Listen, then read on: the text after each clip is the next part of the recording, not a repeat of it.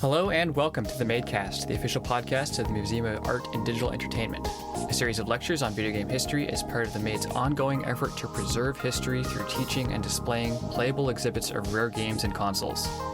While life in the time of COVID has forced us to close our doors, the support of people like you has allowed us to continue to bring history to you through lectures like the one you'll hear in a few minutes. I'm Anthony. I'm Miles. And I'm Red. This week, Alex has a wonderful conversation with Roberta Williams, the creator of King's Quest and one of the which is one of the original powerhouse titles of Sierra Entertainment, and one of the queens of the industry, the original one of the original powerhouses behind a great series of games. But before we get into their conversation, we got a bit of news. The PlayStation Store servers for PS3 and PSP will officially be shut down in July of this year, while Vita gets a little extra month. Vita will end at the end of August this year, so buy up everything you can in the meantime from those stores. You know, make them rethink their decision to shut them down. But as far as that, there is not a ton of other insane news. CD Projekt Red is going to be opening a Vancouver studio. So they were going to have a second main studio, and they're going to be working on The Witcher and Cyberpunk franchises simultaneously starting in 2022. So they will be, hopefully, and they also have taken, they say they want to live up to a high standard that they recognize they failed to uphold with the launch of Cyberpunk.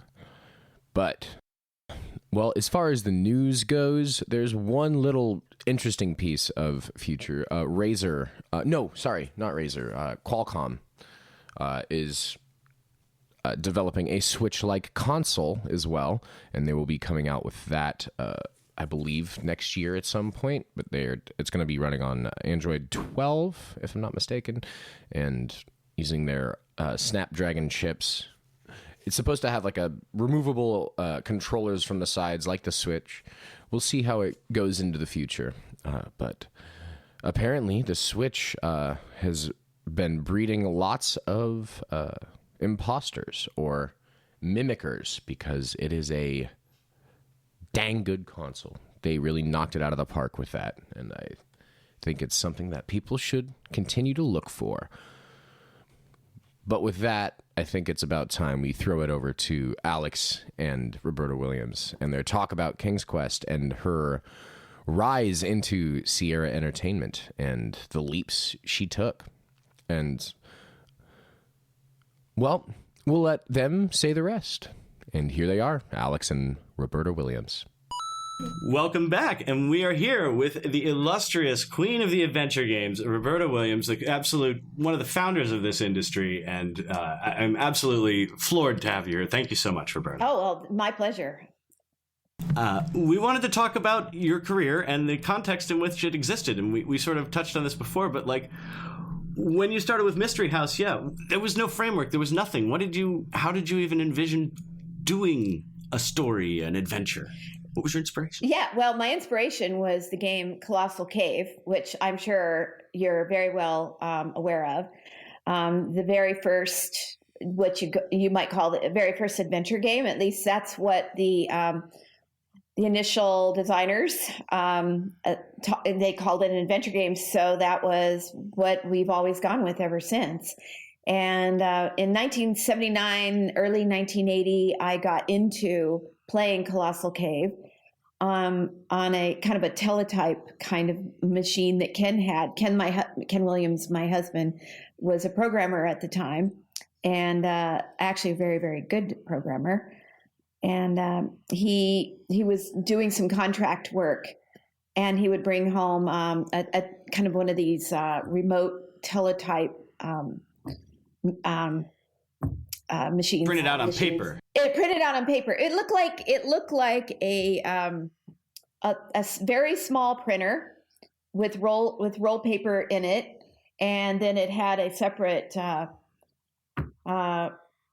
router where you'd put your telephone the old telephones where you had it in your ear and your mouth, back then in the ancient days, and you'd put it down into two little foam circles into it, and then that would go in the teletype. And then of course, then he'd sign on, and then he'd go into wherever it was he was working. And I think at the time he was actually working for Children's Hospital in Los Angeles, but working from home because this was contract work after hours. And on this huge IBM computer that was at Children's Hospital, there were some games.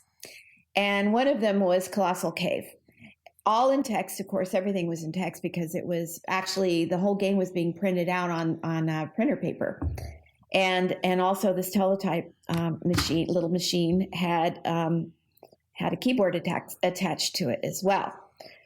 And he was just messing around one night in late 1979 with playing, I think there was Star Trek was on it, and I'm not sure. And there was some little football game on it where you were playing football with X's and O's and moving them around. And every time it was your turn, you would move your X or your O or something like that to play football. And along with those two, there was also this Colossal Cave. And he was just messing around playing it. And I don't know what I was doing. I had recently had a baby, and I was probably, who knows what I was doing with him. But he said, "Come in here, Roberta, come in here. You've got to see this. I think you'd like this." And I'm like, what? He says, "Here, sit down and play this." And I sat down and started typing in. You could type in 1 or 2 word phrases to get through this story. It was written out, but it was, as it turned out, it was an exploration through an actual cave system, which I'm not sure where it was. Kentucky, maybe? Was it Tennessee or Kentucky? Or one of those. Yeah, one of those was actually designed around that. But obviously with embellishments like dwarves and trolls and dragons and things like that. So I got so into this thing, playing it, that I couldn't stop.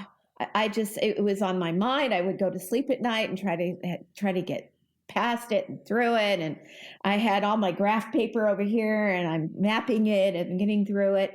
And I wanted to get every single point. And I think it was like 361 or 362 points, something like that. And I got them all finally.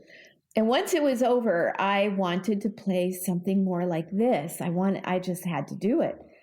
The only thing available any kind of game that was like this at the time, by this time, we had bought an Apple II computer for Christmas of 1979. And then I found out that I didn't have to use this teletype machine in order to play it. But by then it was too late. I already had gotten through it. And I found out that there was something, these text adventure games from a place called Adventure International. Scott Adams owned the company at the time. In fact, I think he's still around. I think Ken has actually talked to him lately. And I was, great. And then I can actually have it on at first I think it was on cassette tape, but then we got a hard drive for our Apple II computer and floppy disk drive. And I could start playing these games that way. So I played most of those games really quickly.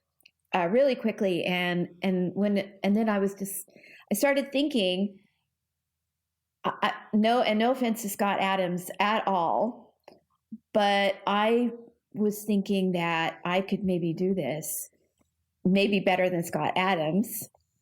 And so I decided to sit down and see if I could. And I didn't really know where to start. And this is from where you're coming from, where you're trying to let other, especially children or young people, know how to begin designing a game.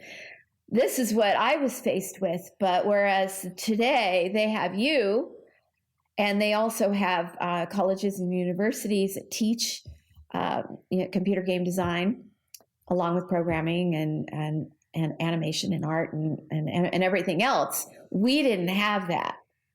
And I was not, and I will admit that I'm not a college graduate, although I did have some, whereas Ken, he's not a college graduate either. He just basically learned by the seat of his pants and experience and smarts and reading big, thick computer programming books.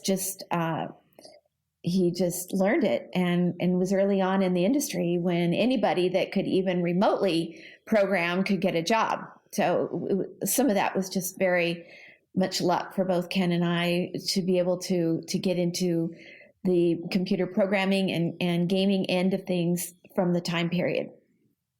I wanted to quickly sum up two things I noticed that you mentioned there. One, you said you were a completionist on adventure, like a full 100%. In today's lingo, 100% achievements, 100% unlocked. Oh, yes. The second thing is I have this vision of you with a teletype. That would be loud. There's no screen on this thing for our readers. This is literally paper. You are typing this stuff and it's printing it out on a piece of paper. Like, you must have generated reams of this. Oh, yeah. Oh, yeah. Yeah, we had to buy extra rolls of paper.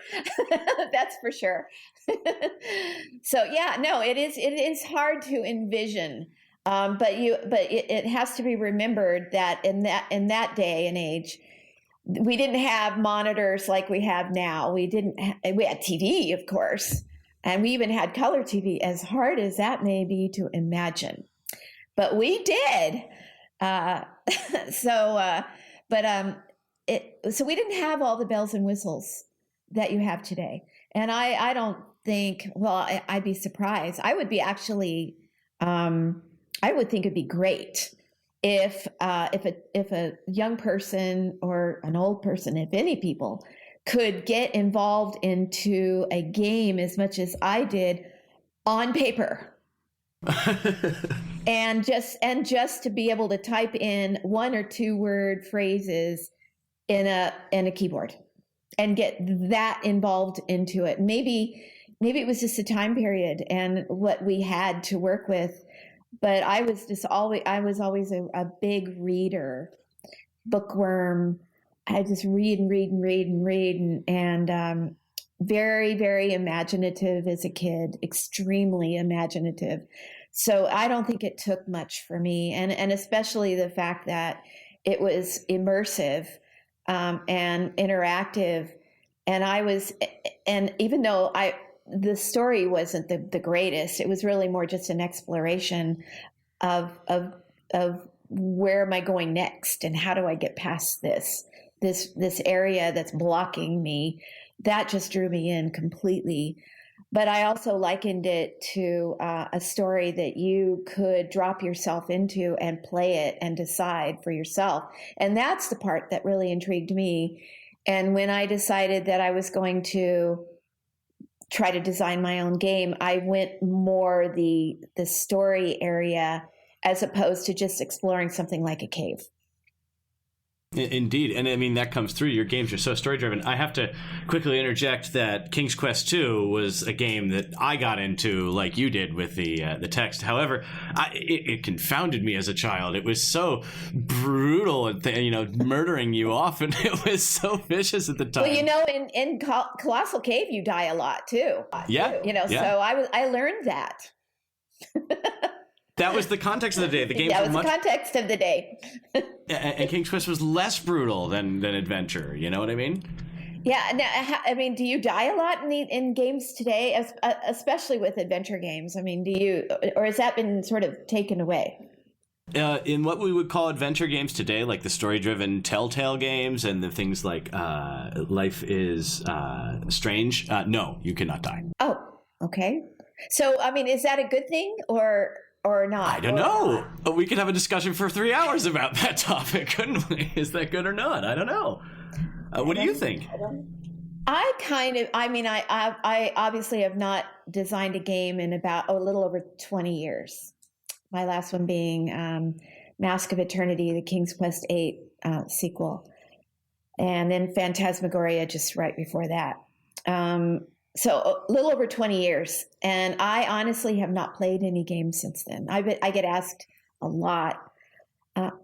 And so not having played any of the game, and actually, I've been thinking I should.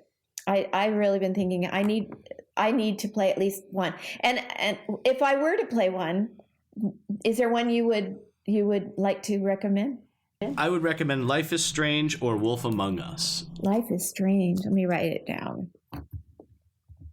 Yes, those are both excellent, and they're exceptionally story-driven games. I think you'd be very impressed with where this industry took your inventions. And I mean, these games, you can see the framework you built. Uh-huh. Mm-hmm. You can absolutely see the framework you built, except you don't die. You don't die. Okay. You don't die, you know? I guess before I could even answer that question about whether having death or not being involved is a good thing or a bad thing, I would have to play at least one of these games and then see how I felt after I was done doing it. But just right off the top of my head, I would say that to me, I think having the element of failure, because it's not a real death, you're not really dying. You're just being stopped, and you have to start again, and or hopefully you saved a game, and you could just and you were really good about doing that, and you don't have to go back too far. But just the fact that you have to think and decide, and you have to just do a little more, I think is good. But that's just me. But we'll see. I'll play one of these games. I mean, it introduced risk, right? It's like there's got to be something at stake. It's life. Yeah, exactly. Yeah. And speaking of life, I wanted to give you time to talk about the book that you've just released, I believe. Yes, it's called Farewell to Terra, and it is nothing. It's not a computer game. It's a book, and it's not even a fantasy. I don't want to be, downer or anything, because I know the audience that I'm talking to.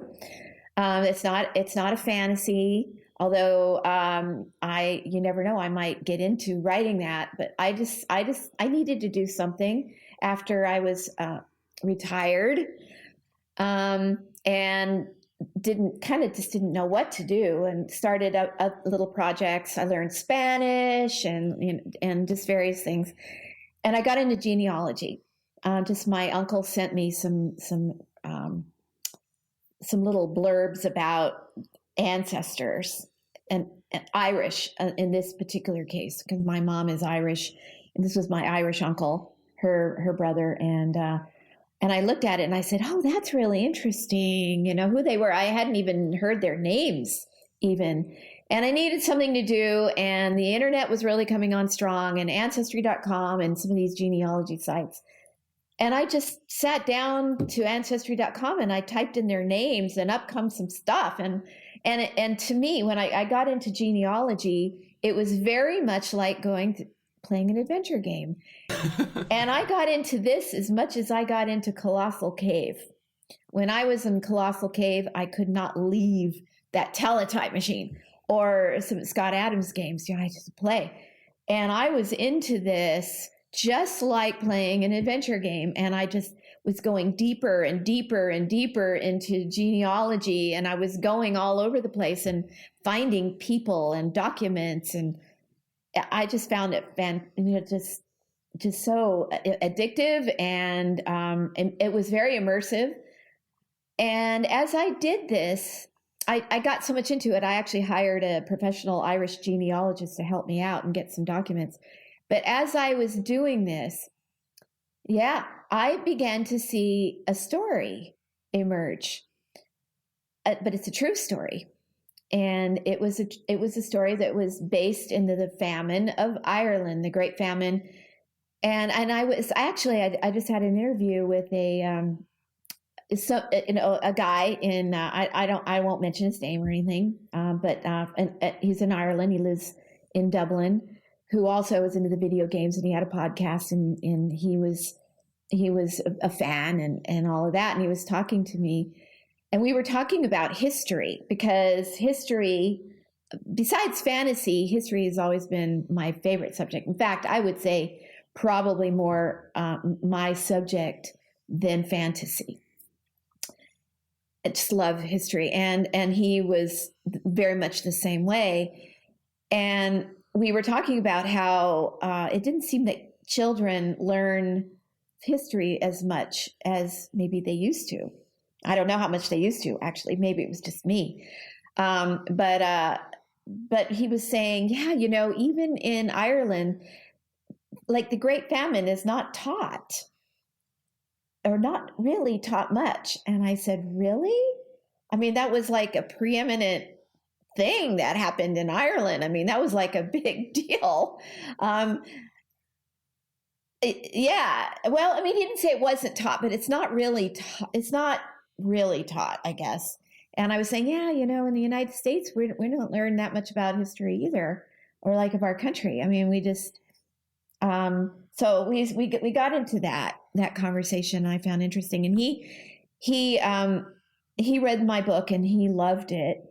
And he said he learned a lot more about the history of Ireland, because I actually, in my book, I go way back to pre-Christian times and then Christian times, and through all the various rebellions that the Irish went through as they were fighting the English, who were trying to come over and take over their country since at least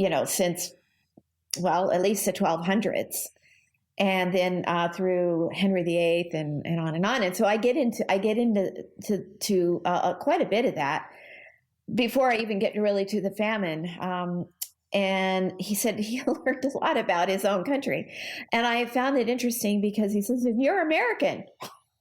I go, "Well, yeah, but I'm a very good researcher. I'm a very good researcher, and I consider myself a pretty good storyteller. And apparently I was able to sort of weave that. The basic thing about the book is that I discovered two of my ancestors that eventually married in the United States. And that's how we came to become in the United States. And they just escaped the ravages of Ireland after the famine.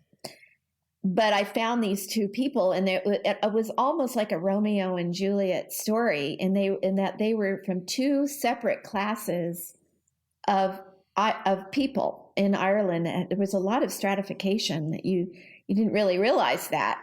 There was a good third of Ireland during the mid 1800s were very poor, very poor. I mean, some of them just didn't even have homes. They wandered all over Ireland, and they lived in mud huts and caves and and nobody, no Roman Catholic Irish person, which is most of them. They were very Irish Catholic, Roman Catholic, could own property. It was against the law. You could not, and this is your country. I found that interesting. Well, one part of my family, the Clintons, were of that. They were of the very, very poor. And they basically lived off of potatoes. And the famine was about the failure of the potato. And that's where that started. The other half of this couple, the Romeo and Juliet couple, were the Lockerans. They were also Roman Catholic. They could not own their property, but they came from a class of people who were what they called strong farmers. They had property. They didn't own it. They leased it, but they were pretty well off. And I found it interesting, these two families of very different backgrounds who came together in the end, and they emigrated, and they started family line and here I am. I was part of it. But I liked this story, and I love the story of how these families were so different, and how they went through the Great Famine, which was Ireland started out in my great grandfather was born in 1841, and the famine started in 1845. So he was 3. And my great-great-grandmother was born in 1846, and the worst of the famine was in 1847. So they were born during this. They were very young, but when Patrick was born, there were over 8 million people in Ireland. By the time they immigrated, they were down to about 5 million people. So at least 1 million people died, and 2 million people by that time had immigrated. And many of those died on the way to America or Australia or Canada. Now Ireland has come back.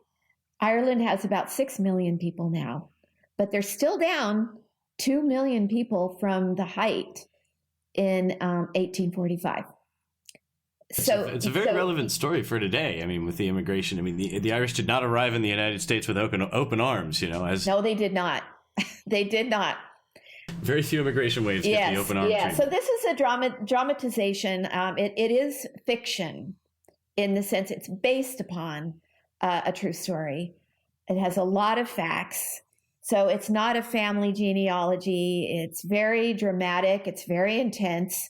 And in fact, I've actually found that people who are reading it who are not of the family are enjoying it more than people of the family. And go figure that. Well, excellent. Well, you're such a good storyteller, Roberta. And unfortunately, this is only a 20-minute interview. I wish these could be hours long. I unfortunately have to cut it off here. But that was wonderful. I very much appreciate you taking the time. And we'll have you back in the future, hope. Oh, well, that would be my pleasure. And thank you very much for letting me go on. And I appreciate it.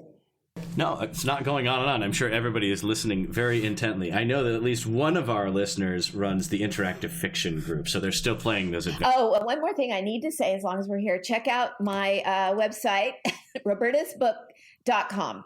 robertasbook.com. And there's all the information you need if anybody's interested in buying it or reading it there. Okay. Yeah. Excellent. Roberta's book. And say the name of your book again. Farewell to Terra. Farewell to Terra. And then you'll learn why Terra as you read the book. Wonderful. Okay. Thank you so much for being here. Thank you. And we're back. Okay.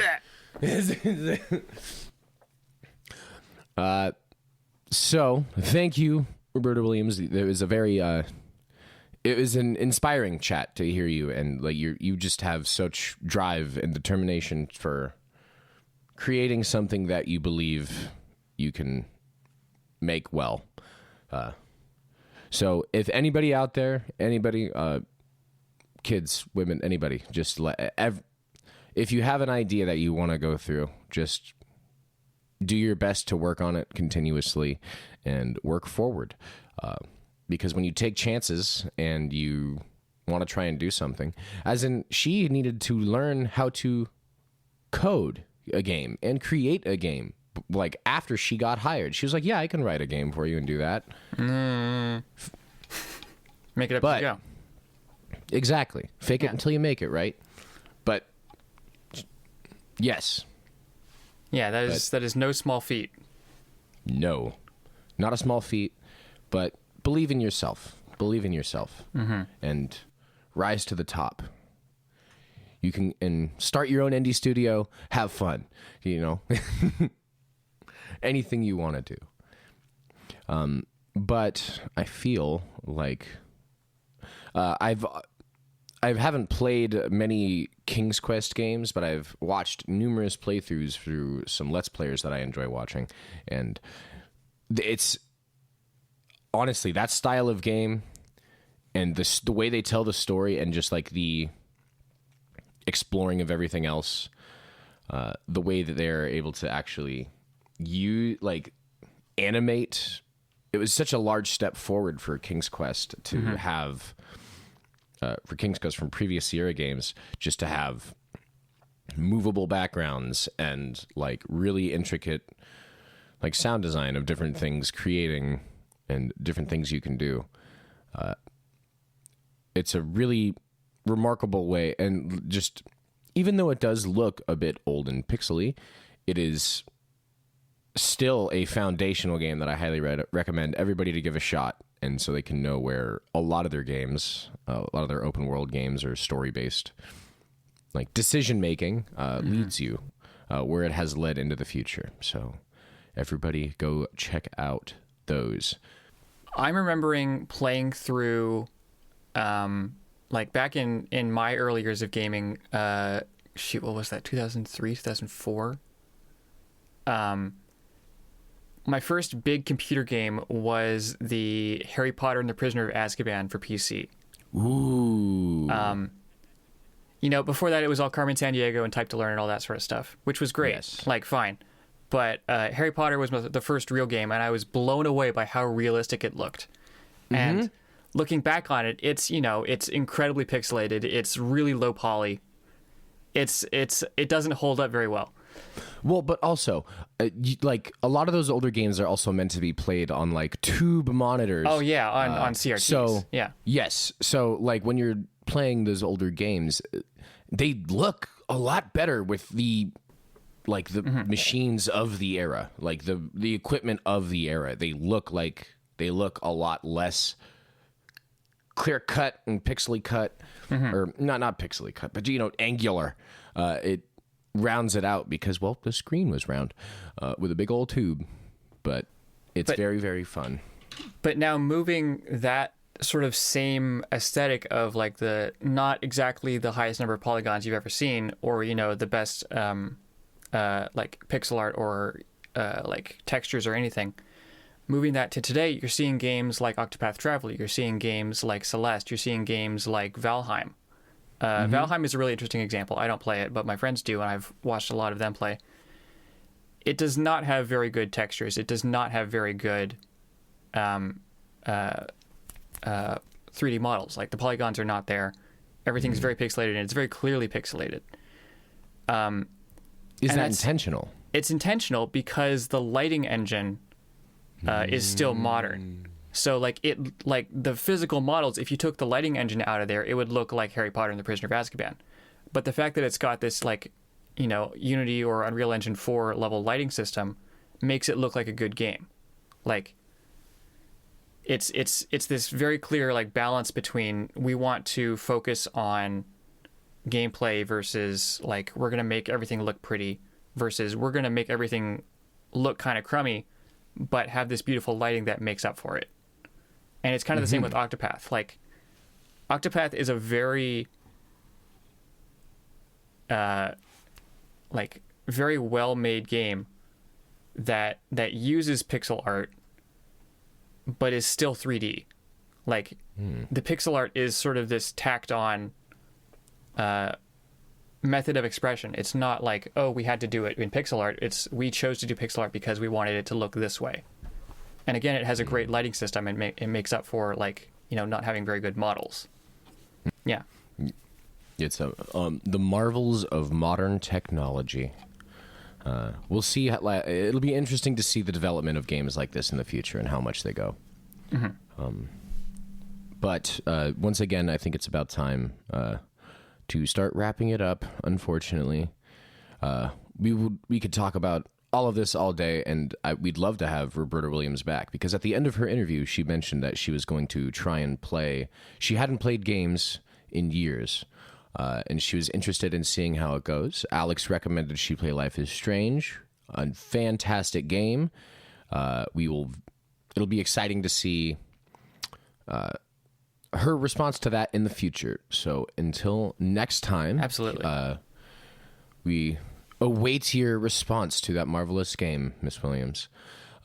Thank you for listening to the Museum of Art and Digital Entertainment's official podcast. If you have any thoughts, questions, corrections, or general museum ideas, please shoot us an email at info@themade.org. We'd like to send a big thank you to everyone who donated recently and to our Patreon supporters who keep The Made afloat.